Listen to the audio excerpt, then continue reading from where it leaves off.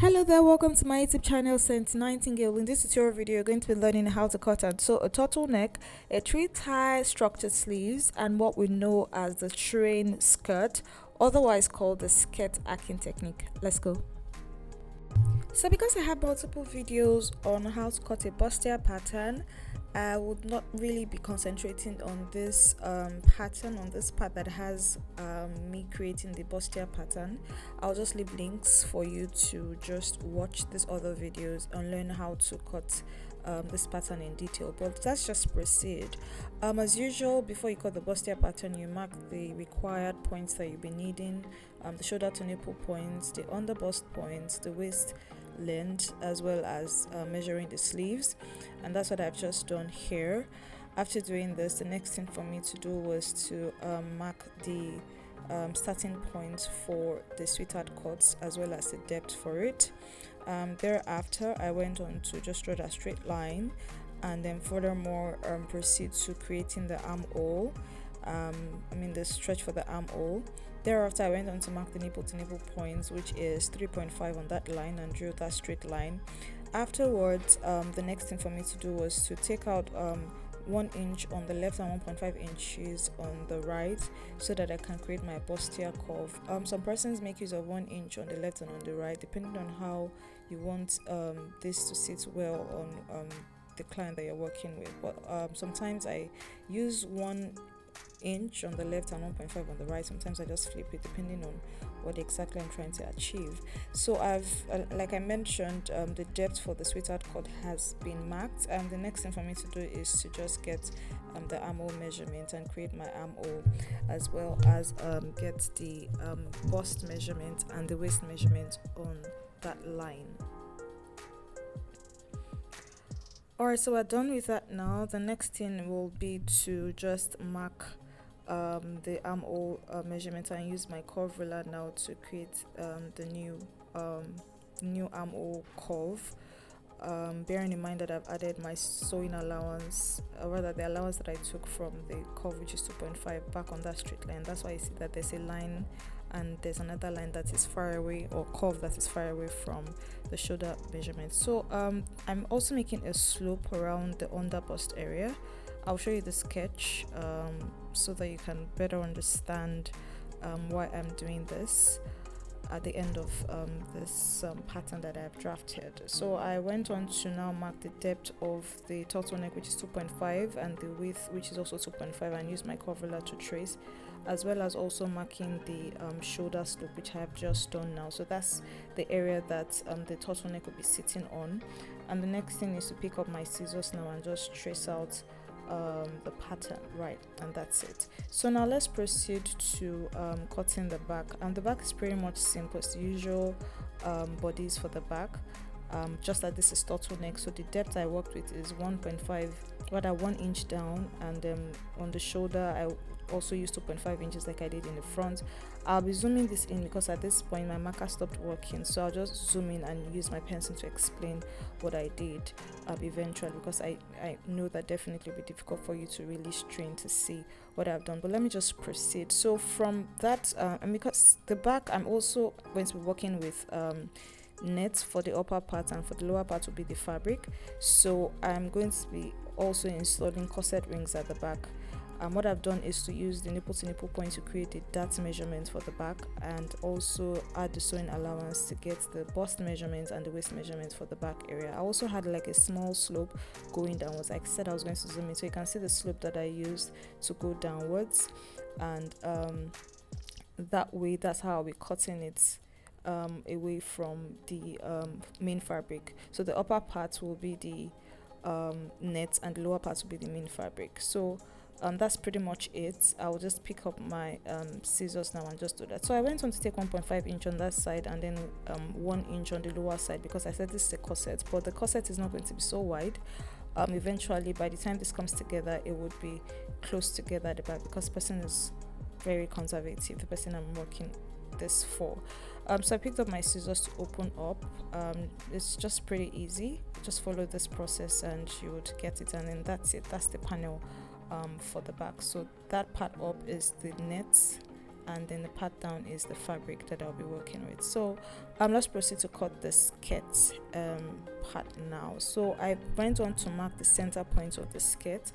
After depending the center point of the skirt, I went on to mark the waist measurement, the hip measurement, the round knee measurement, and connected this down, and there you have it. So I will just now go further to mark the slope that you had seen in the sketch, and then from the hip measurement I just went 1 inch downwards from the hip measurement. Shoulder to the hip for me is 9 inches, so I went on to mark 10 inches on that line, and then I went to mark 4 inches on the middle point where the skirt, the midpoint of the skirt, and then I used free hand to connect that 10 inches I marked on the left side towards the right side, but on the right side is going to be 2.5 inches upwards, right? And so that's it. The camera wasn't well positioned, so it wasn't able to make me show you that area so you can see, but that's pretty much it, and that's the curve. Remember what I had shown you in the sketch. That's why we're doing what we're doing.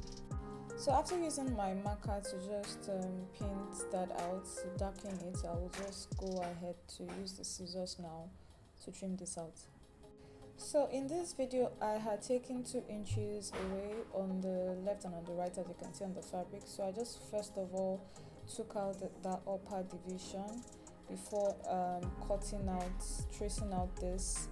On the top part, I took out half an inch sewing allowance, so that when I join to the upper part, the measurement is still intact.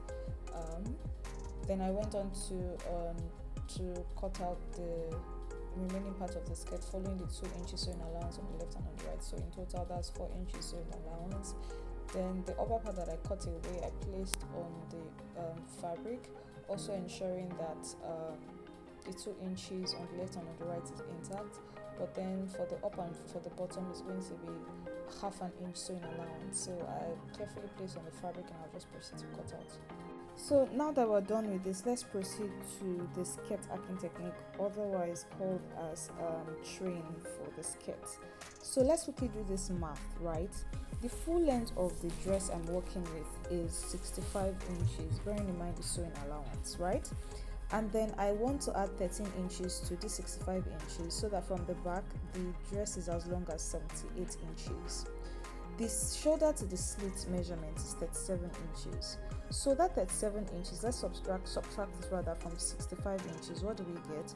We'll be getting 28 inches. It means from that slit downwards, I'm going to be having 28 inches. So let's add 28 inches plus 13 inches will give us 41 inches, and that's where you can see me marking 41 inches, right? So I'll move my tape rule now and mark my 28 inches where the 28 inches should be. Just follow me, you would understand what I'm doing.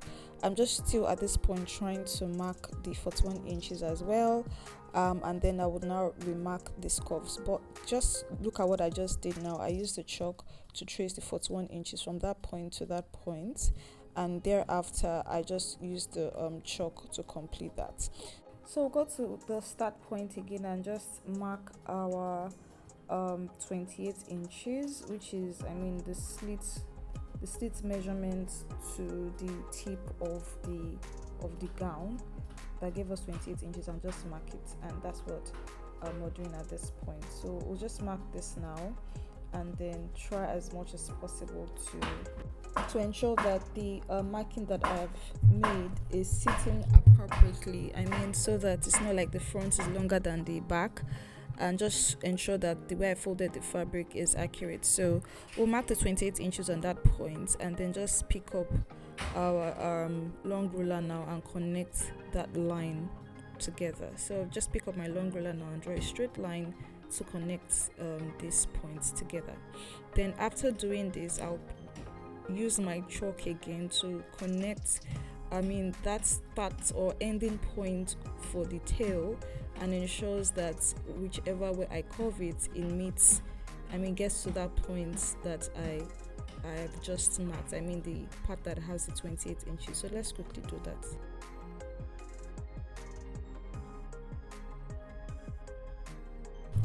So I picked up my chalk again to just follow through the process of covering this to that point where the 28 inches sits, and I'll just pick up my scissors now to trim out. I just went back to the camera to be sure that it was still recording while this process was ongoing.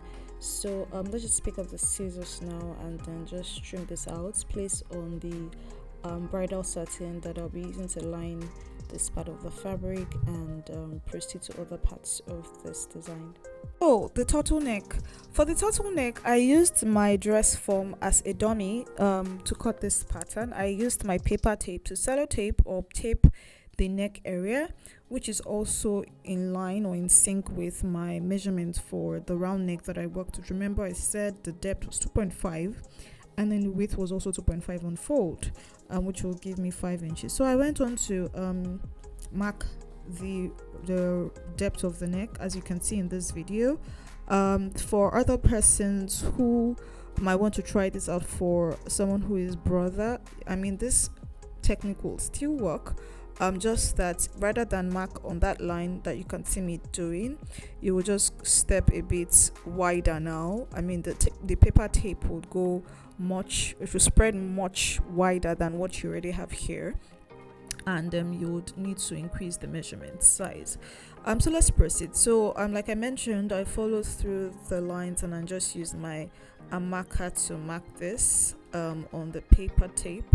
And after I was done with this, I picked up my measuring tape to mark the width of this turtleneck. So first of all, I marked 2 inches. I'm going to be working with 2 inches. Well, quickly, I just wanted to also mark the opening at the back, which is what I'll be using to remove this from the dress form. So let's just continue. Like I was saying, I picked up my measuring tape and I placed on that part, and I used the marker to just mark out 2 inches right upwards on the paper tape, and I continued this process across the neck of the dress form. After this, the next step for me is to open this up from the back using the scissors, and just peel this off from the dress form. After peeling off from the dress form, what I'll be doing is to now use my scissors to trace out the marking that I have done. And when doing this, just ensure that you are as careful as possible. So I placed on the cardboard that I'll be using for my pattern, and just so that I'm sure that this also aligns with what I already have. I mean, after joining the shoulder to shoulder for the front and for the back, the round neck is as accurate as possible. So I placed my measuring tape to just reconfirm, and I showed that it was accurate. Thereafter, I went on to add 1 inch on both sides of the tip for the closing allowance and where the button loop will sit on this part of the neckline, right? So I added 1 inch to the left and to the right, and added 1/2 inch on the lower part of this. So at the end of the day, when I join this together, and when I close the upper part and then join the remnant to the main fabric, I will be left with about 1.5 inches plus 1/4, which will give me the total measurement for the neck area.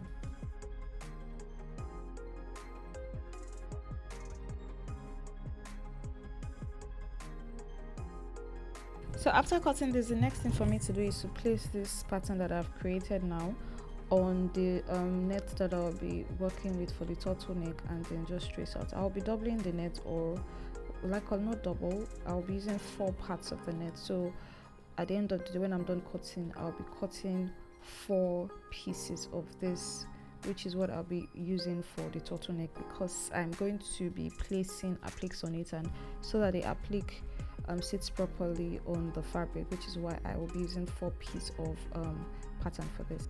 So we're done with all this cutting. Let's just proceed to the other parts of the design now. So remember, this is the part of the skirt that I traced, upwards. So I just quickly just used my my sewing machine to just close the tip, so that when I join together to the lower part, it just sits properly. Then I joined the lining, the two parts of the lining in front. Afterwards, I now picked the raw silk part of this George and then just joined together, the up and the down division. And the reason I'm doing this is because I'm going to be working, like, remember the sketch that I showed you, I'm going to be working design or pattern across that part. So that's it. We're done with that part now, rather. So let's just proceed to join the front and the back pattern together before we now create our full skirt. Before also working on this, I had removed the I will call it jamboree on the sides and the lower part of the fabric, so that when I sew in, I don't sew on stones or on the mirror glass that was used to bedazzle this fabric. So we're done with that point now. I will just try as much as possible to finish the others, flip over, iron out, and then just join the front and back facing panels together.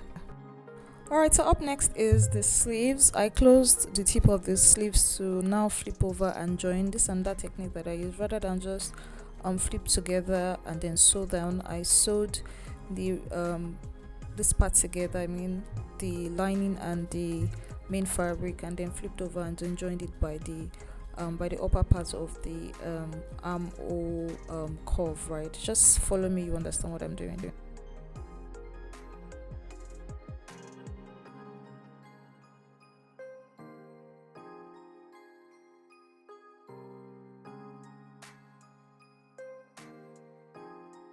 So time to join the turtleneck. I'm going to be joining the upper part of this turtleneck piece. The lower part is what I'll be joining to the neck measurements on the main blouse. So I'm just going to be joining the upper part of this turtleneck pattern.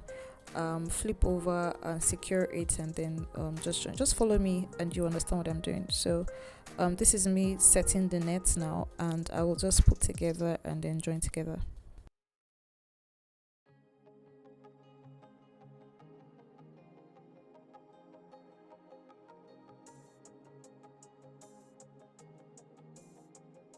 So after sewing, I will just open up and then sew this downwards again, just to secure that, and then trim it to the last so that it's as flattened as possible before I flip over, iron, and sew to the main fabric. So that's the curve that you can see for the turtleneck.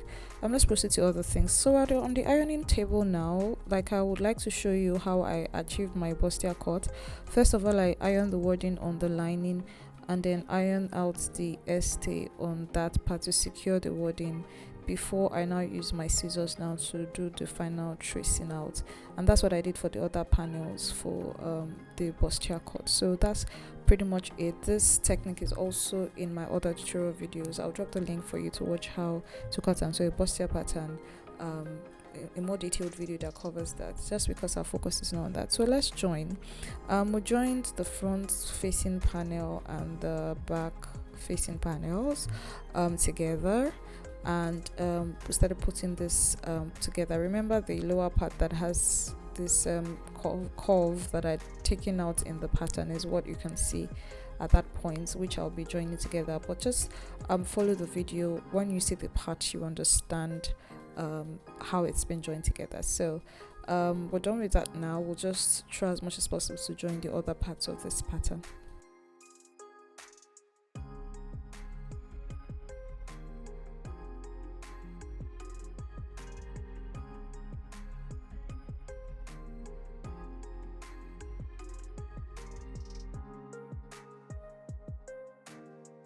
So for the neck, I'll be joining the netty area on the fabric, just the tip, so that when I sew down on the fabric, it won't shift, because I'm working with fabric as delicate as this, which is why I had to join that. So I'm joining the lining now that I've already covered with gum stay so that it's firm.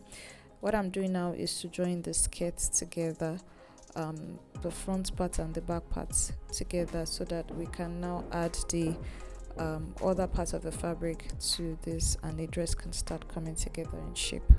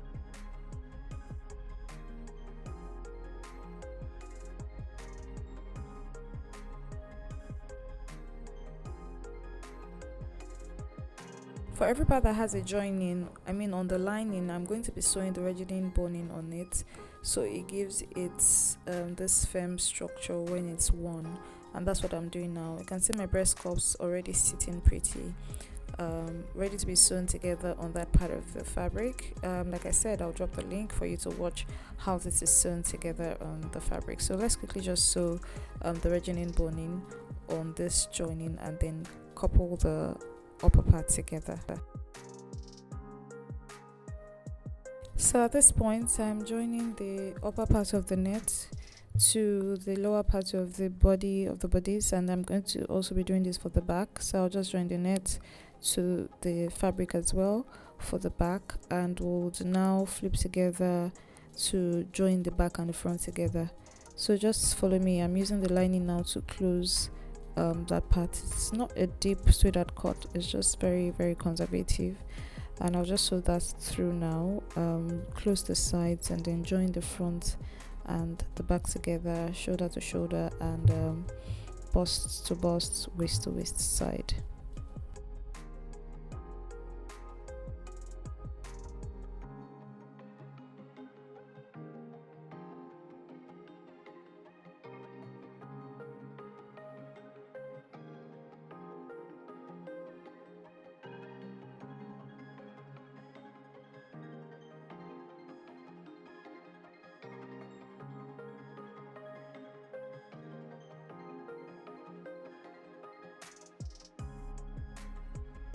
For the back side, I closed down that point that I mean when I was sewing, I didn't close that point because I'm going to be using bridal satin to cover that place and then pass my boning stick inside. So I mean that's what I'm doing. Just follow the video, you understand. Also, when sewing this down, I made sure that the what's it called, the net on the upper part I didn't sew it through all the way down, all the way to the final part of this. What I did was to leave some form of allowance as well, so that I mean it follows through with the measurement that was created. You can see that the net is not closed all the way to the final tip, because eventually I'll still fold in, turn it in, so that I mean at the end of the day it can be keyed together with the hook and line. But just follow through to see how I covered up the back. So I used the bridal satin to first of all cover it up and then flipped over to conceal. But let's quickly just look at that.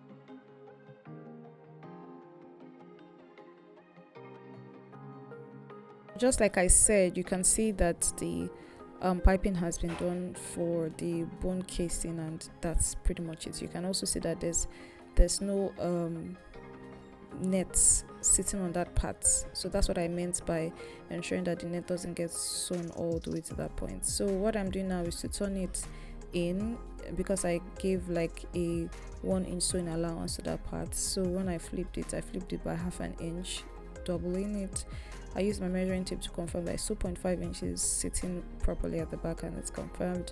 And I'm just going to proceed to doing the same for the other part. Afterwards, I would be joining the shoulder to shoulder together, open up and sew down, and then now join the sides together.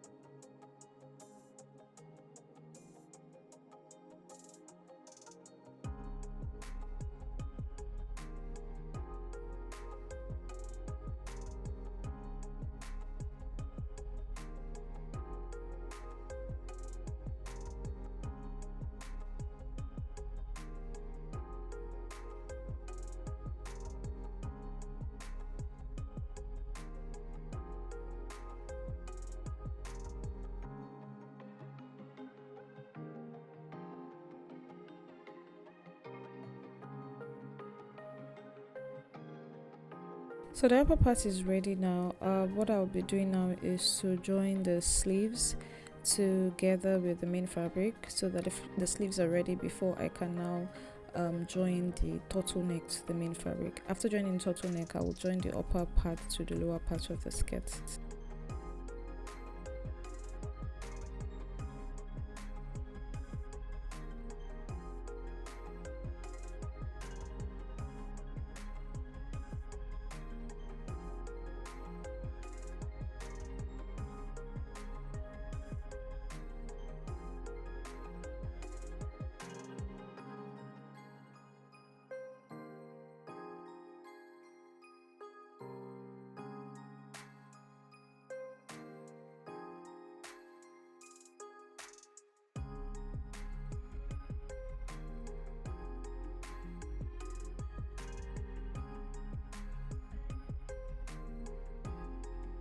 So now I've joined the sleeves to the upper body. I also have joined the turtleneck to the upper parts. I did not record that part because I didn't realize that this wasn't recording, or this part was not recorded. So let's just proceed. It's not difficult, it's just for you to remember the 1 inch sewing allowance is where you'll be starting from when sewing this all the way. So at the end of the day, you have 1 inch on the left and on the right. So I'm joining the upper part now to the lower part, and that's what I'm doing now. Afterwards, I'll use a piece of fabric like I always do to turn this in and close up for a good finishing before I now proceed to joining other elements of this fabric or this design. So this is the area, as you can remember, in the pattern that I drafted that will be sitting the basket weave. I've already sewn together the panels I'll be using for this. So what I'll just be doing now is to use my rather sew this down using the markings that I've done for the basket weave. But like I mentioned, I'll just quickly close the waist side for a better finishing. So right now I'm sewing the piece of material that I created for the basket design. I will just be doing this vertically and horizontally till I achieve the basket design, which is what I'll be weaving on, or rather beading on. So let me quickly show you what the tail looks like. So this is what the train looks like, or the skirt arcing looks like. I'm going to be adding it to that part of the fabric, and center point to center point, and I'm just going to be doing that. So that's what I'm showing you here. I have marked the center points, and that's what I'm doing there. I'm going to be sewing you can see there's the wrong side that you can see upwards, and the right side is what you can see inwards, and I'm just going to be sewing that downwards till I get to the end of the skirt. So the same thing for the right side, or I don't know if I'll call it the left side now. I'm just going to be doing that. I also love to mention that the train length also depends on how long you want. Remember me, I'm working with a full length of 78 inches. Some might decide to use 79 inches, or even 80 inches, or even 100 full length measurements, including measurements for detail or how extended they want the train to be. But I don't want something too elaborate, and this is what I've come to do. Like the wedding train can be as long as 120, calculating from shoulder to the tip of the train. So we're done with that part now. Let's proceed to other elements of this design, which is the zip, adding the zip and finishing this up. So like I've done the train, the closing for the train, so we'll just add the zip and pull the zip. The kind of zip I use is SBS zip because I do not want the zip to bob, which is why I went ahead to buy this type of zip. I think in the market now it's like 500 or 600 naira. That's if it hasn't changed because of the dollar reality that we're facing right here in Nigeria. So let's just proceed. So I sewed down the zip, and after sewing down the zip, I went on to place this on the mannequin for me to begin beading or doing the beadwork.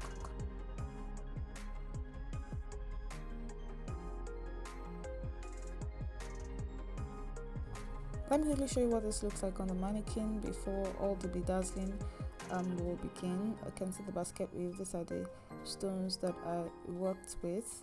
and as well as the appliques that I'll be using. So let's proceed back to the fabric and as we begin to join this together right now. So you can see that this is gradually looking like it. So this is looking beautiful already. I've added the appliques on the turtleneck and all the way downwards. We'll now look at the back view. You can see the train is sitting very pretty. The next thing now is to add the structure sleeves. So let's create the structure sleeves. I'd shot this in a different landscape because I created this for shorts to teach for that purpose, but I'm going to be adding this to this video. So the full length, or the length that I'll be working with, is 22 inches, which is what I just marked on that gum stay, and then I went on to mark 6 inches, which is just to define the area that I'll be working with, right? So I went on, I picked up my ruler again and draw out a straight line. So I'm going to be splitting this into two, right? So that's 3 inches, correct? So I've divided this into 3 inches. The middle, or rather the measurement for the tail edge is 2 inches, and that's what I just marked on that line. The midpoint is 11 inches, and I went on to mark 2.5 inches, which is what I'll be working with. Remember, I've added my sewing allowance to this measurement already, and that's what I'm doing now. So I'm just going to use my long ruler now to draw a straight line to connect the dots, so that we can have our structured sleeves almost ready. So I'm going to be using this pattern now to cut out the remaining parts that I'm going to be working with. I'm going to be working with I'm doing a 3-tie structured sleeves, right? So rather than 6 pieces of gum stay, I'm going to be cutting out 12 pieces of gum stay because I doubled the gum stay. Yes, I used the hardest gum stay to achieve this, but then I want it to be so hard. That's why I decided to double each piece to be able to achieve this. Some persons might also decide to use crinoline. I chose not to use crinoline for this because of how I wanted the finishing to be, in terms of how this will work out when I'm trying to turn this inside out. So that's why I made use of this. So I've cut out my 12 pieces of gum stay, and I've also placed this on the fabric. You can see how I placed it so that you can see when you're doing yours. I would now be sewing this, so it's the gum stay first, and then the lining on the interfacing, and then the fabric all turned inside out, so that when you flip over, the shiny side is showing on both sides of the raw silk and of the gum stay. So we're done with this now. I went on to the sewing machine to trim out the excess. So you are meant to trim to flatten this out, so that when you're trying to turn this inside out, it's easy for you to navigate across this. So I've trimmed this out to be very close to the sewing. I'm going to flip this inside out and then iron out to flatten this out. After ironing this out, I'm going to also iron out the other parts of the other structures, and I'm going to now start placing on the fabric, like you can see in this video, till I achieve or get to what I pictured this to look out. You can keep adjusting to your desired structure, how standy or pointy you want it to be, like I'm doing in this video.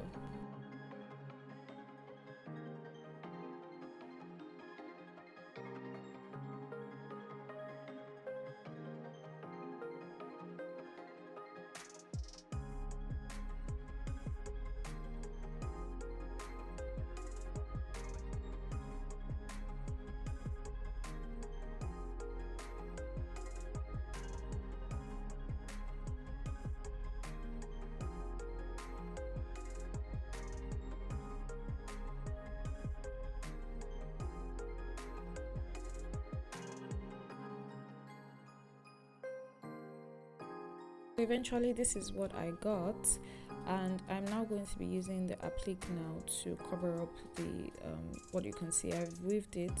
I used the white thread to weave. You can use purple thread as well, or the color of the fabric, but I didn't have that in close range, so I used that.